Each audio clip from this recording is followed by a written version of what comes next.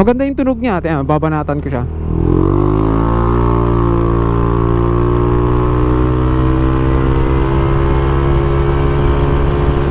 No time no vlog ngayon ah. Good morning mga pus. Magpa-pipe review tayo ngayon dito sa ating GVT na ewan ko kung version 2 to. Tara, review na natin. Nagpalit pala tayo ng pipe, nag-GVT tayo. Kung naalala nyo, yung vlog ko 8 months ago ata yun, yung RS8 na DC8 na silent killer. Ingay pa rin ng bearing na to. Kamusta mga pus? Tagal tayong hindi nag-vlog. Re-review lang natin tong GVT pipe. Ilang weeks na ba to sa akin? Meron na yatang 1 month. Kaya sasabihin ko yung mga pros and cons nitong GVT na to. Kasi dati gamit natin is yung RC8 na DC8 na dual pipe, di ba? Yung silent killer. Maganda siya. Tahimik, mabasi. May power din sa stock engine. Stock engine naman tayo ngayon eh. Stock yung tubo yata niya yun eh, yung kanyang elbow. So yun na nga, lipat na tayo dito sa GVT. Tapos na-try ko pa mag-pipe TCMP na silent killer din, yung talagang walang tunog. Mas ano yung tawag nun? Mas may stock pa siyang tunog sa stock. Tama ba? Mas tahimik siya sa stock. Ayun. Pero yun, ngayon itong GVT naman, naka full open pala to ah. Teka lang, ikot muna tayo. Maganda yung tunog niya. Babanatan ko siya.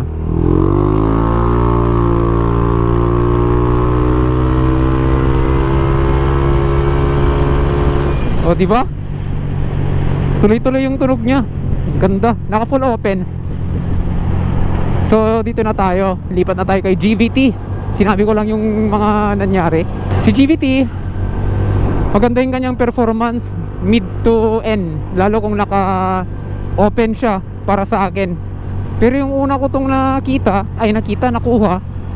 nakakuha lang siya gitnang open, nakaganyan lang. Isipin nyo yung kanyang pipe sa gitna ganyan, di ba? Tapos sa gitna yung na-adjust. Yung akin ngayon nakaganyan, pero yung kakakuha ko dati naka half siya, naka 50-50 open close, ganon. Kaya may back pressure. Pero mas okay siya yung naka fully open, nakakahinga ng malalim yung makina. Tapos malakas siya mid to end. Pero yun, yan, mapurma naman siya. Nakuha ko na siyang ganyan, may kulay blue heat guard. Hindi ko alam kung mahal yan. Bala ko sana yung black black na plastic, yung stock lang talaga. Mahilig tayo sa stock looks eh. So yun, balik ulit tayo sa topic ng GVT.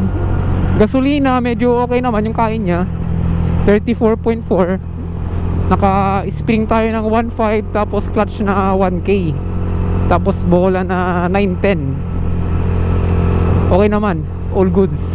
Yung unang pagkasalpak ko to, backfire siya. Hindi ko alam bakit.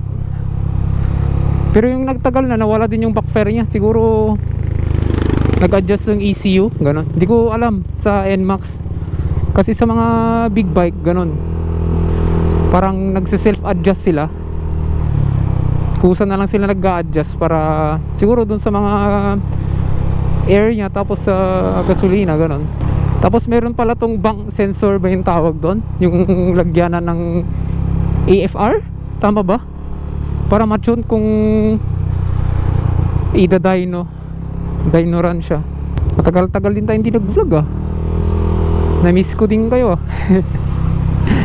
Ngayon lang kasi may time. Saka malapit na din ulit yung birthday ko. My God, parang kailan lang no. Wala lang siyang back tone. Ay meron pero mahina. Hindi ko alam paano palakasin yun. Yung iba naman, sinasabi nila i-blowtorch daw. Pero parang ayoko i-blowtorch. Sayang eh. Siyempre yung fiber niya susunog. Siyempre magbabawas at magbabawas yun, di ba? Ay hindi pala magbabawas, ninipis. Kasi sinusunog mo eh. Ito pa natin sa beses.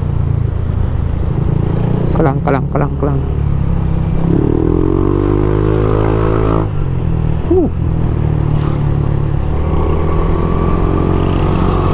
Wala, yun lang. Meron pala siyang serial number sa may kabitan ng, you know, ewan kung kita sa camera. Wala akong alam masyado sa GVT. Tinatama daw mag-research eh.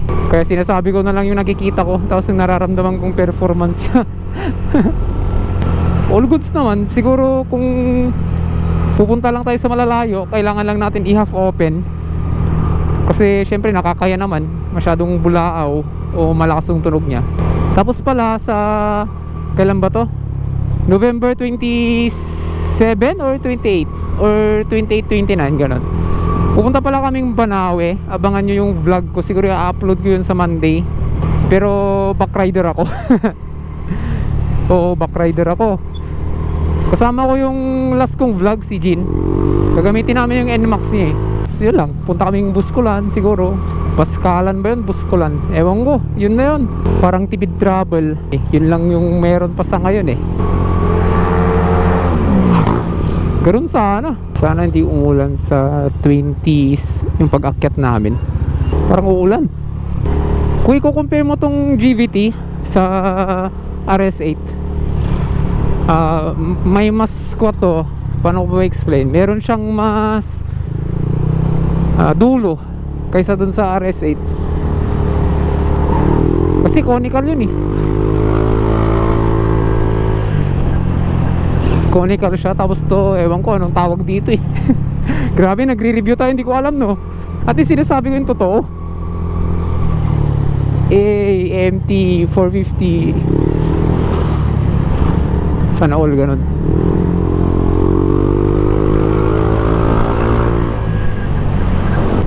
Ilang naman masabi ko mga boss. Wala naman masyado. I-review lang natin saglit tong pipe. Ni-review natin pero hindi ako nag-review. Pero okay lang.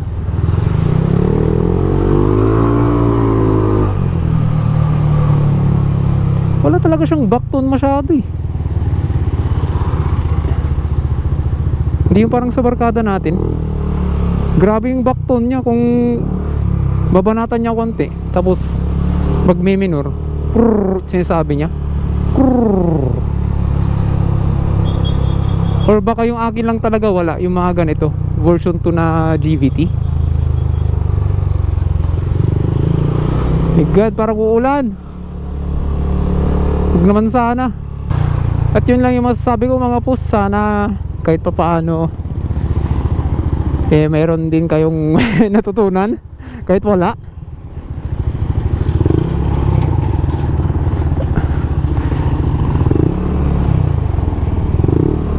Feel ko tumipid siya sa gas kaysa sa RS8. Hanggan pa ng bola natin 910, di ba? Hanggang dito muna tayo kasi ako ay nagugutong na rin. Next time na ulit mga pus. Ang importante, nandito na ulit ako. Para manggulo sa buhay nyo, ganon. Sige mga pus, more adventure to come at peace out.